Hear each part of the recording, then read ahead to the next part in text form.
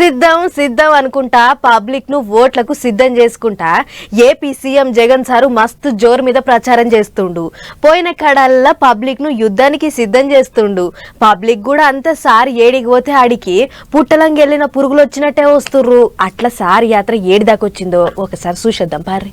ఏకంగా 31 మంది అవ్వా తాతలు పెన్షన్లు అందుకునే పరిస్థితిలో అందుకోలేక నడచలేక అవస్థ పడలేక ఏకంగా 31 మంది ప్రాణాలు విడిచిన పరిస్థితులు కేవలం ఈ 2 రోజుల్లో 31 మందిని చంపిన ఈ చంద్రబాబు నాయుడు గారిని హంతకుడు అందామా లేకపోతే అంతకన్నా దారుణమైన పదం ఏదైనా ఉంది అంటే అదందమా అని చెప్పి ఆలోచన చేయమని కోరుతా ఉన్నా.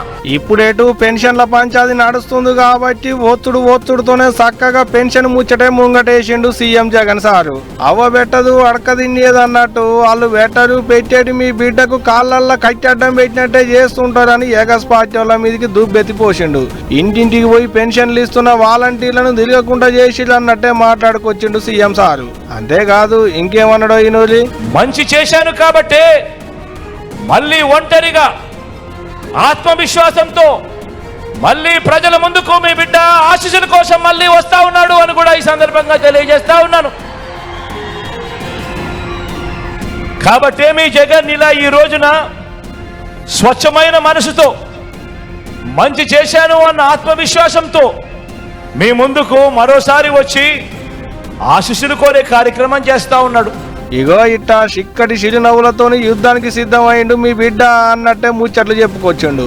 మీరు కూడా సిద్ధమే అయితే 2 చేతులు మీదికి లేపి ఊపాలని సారు చేతులు ఊపుకుంటా పబ్లిక్ తోని ఊపిచ్చిండు. నెక్స్ట్ జరగబోయే 5 సంవత్సరాలు మన బ్రతుకులు ఎలా ఉండాలి అని మనం కోరుకుంటా ఉన్నాము అని మన తలరాతలు మనం రాసుకోబోతా ఉన్నాము అన్నది ప్రతి ఒక్కరూ గుర్తుపెట్టుకోండి.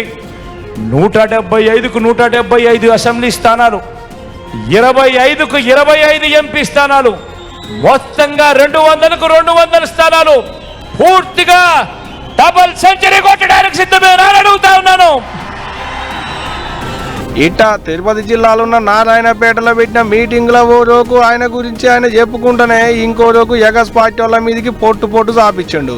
అట్ట ఇప్పుడు సిద్ధం అనుకుంటా బస్సు యాత్ర చేస్తుండే కదా, ఆ యాత్రలనే పోత ఆటో డ్రైవర్లతోని లారీ డ్రైవర్లతోని ముచ్చట్లు పెట్టిండు. అంతేకాదు నడమ పింఛన్ల కోసం పోయి ఎండకు తిప్పల పడేటి ముసలోళ్లతోని కూర్చొని ముచ్చట్లు చెప్పిండు.